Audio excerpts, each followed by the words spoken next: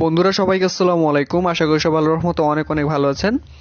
তো বন্ধুরা, ভিডিওটা হচ্ছে আজকে বিটকয়েন লিজেন্ড নিয়ে। বিটকয়েন লিজেন্ড আপনারা কিভাবে বিসিএল টোকেন উইথড্র নেবেন বা উইথড্র নেবেন কিনা, এরকম অনেক ধরনের কমেন্ট রিসেন্টলি আসতেছে। অনেকে বলছে যে ভাই বিটকয়েন লিজেন্ড উইথড্র নিয়ে আপনারা একটা ভিডিও তৈরি করেন।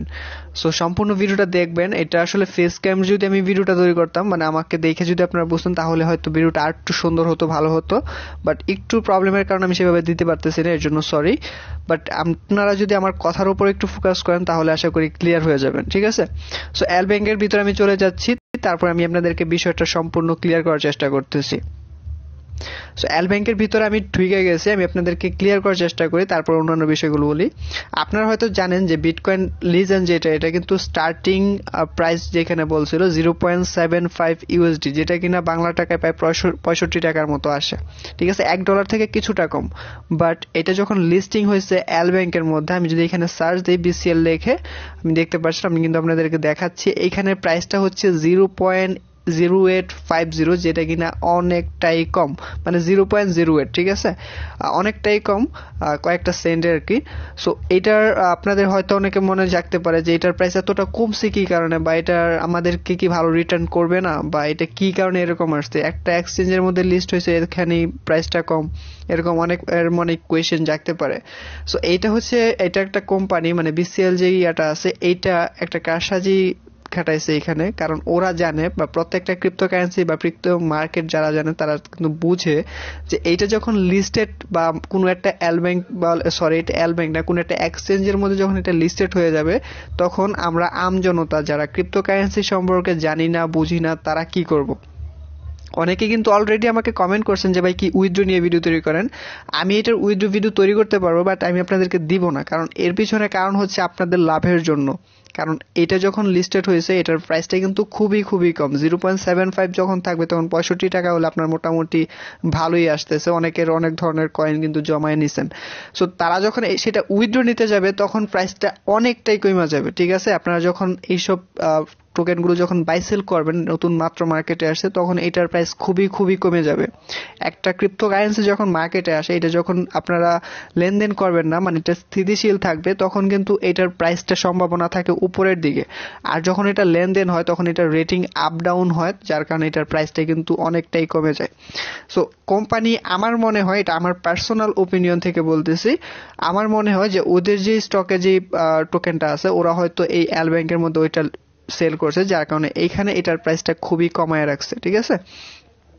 মোট কথা হচ্ছে, ওরা চাচ্ছে না যে আপনি আমি, মানে সাধারণ জনতা যারা আছি, তারা লিস্টেড হওয়ার পরপরই যেন উইথড্রোর জন্য, বিক্রি করার জন্য আমরা না লাফাই, ঠিক আছে?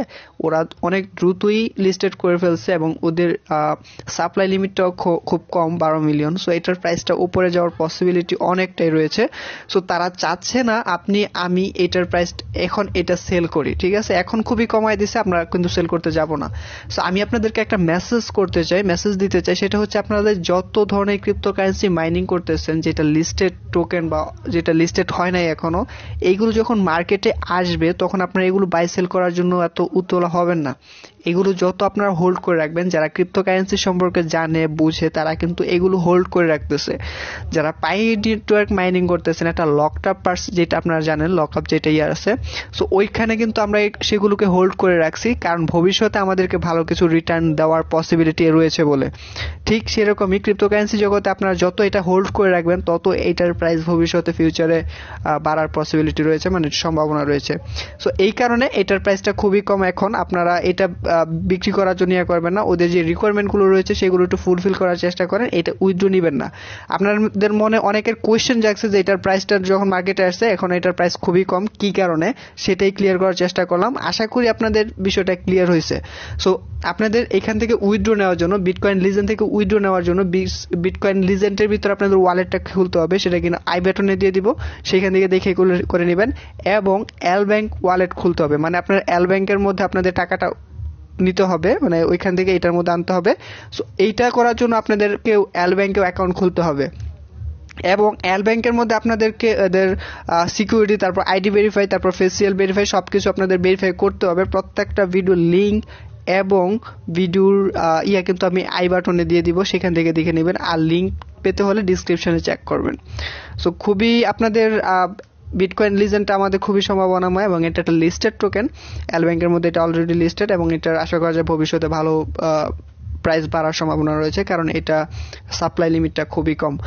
সো আপনারা চাইলে এটা করতে পারেন, ঠিক আছে। আপনারা অনেকে জিজ্ঞাসা করছেন, অনেকে কমেন্ট করছেন ভাই বিটকয়েন লিজেন্ডের প্রাইস কত। সো আপনারা LBank-এর মধ্যে যারা এখনো অ্যাকাউন্ট খোলেন নাই, এখন সার্চ দিয়ে কিন্তু দেখতে পারবেন। সো এইটাই হচ্ছে মূলত আজকের ভিডিও। আশা করি ভিডিওটি ভালো লেগেছে। ভিডিওটা ভালো লাগলে এবং এরকম নতুন নতুন ইনফরমেটিভ ক্রিপ্টোকারেন্সি রিলেটেড ভিডিও পেতে অবশ্যই চ্যানেলটি সাবস্ক্রাইব করে পাশে থাকা বেল আইকনটি প্রেস করে রাখবেন। আল্লাহ হাফেজ।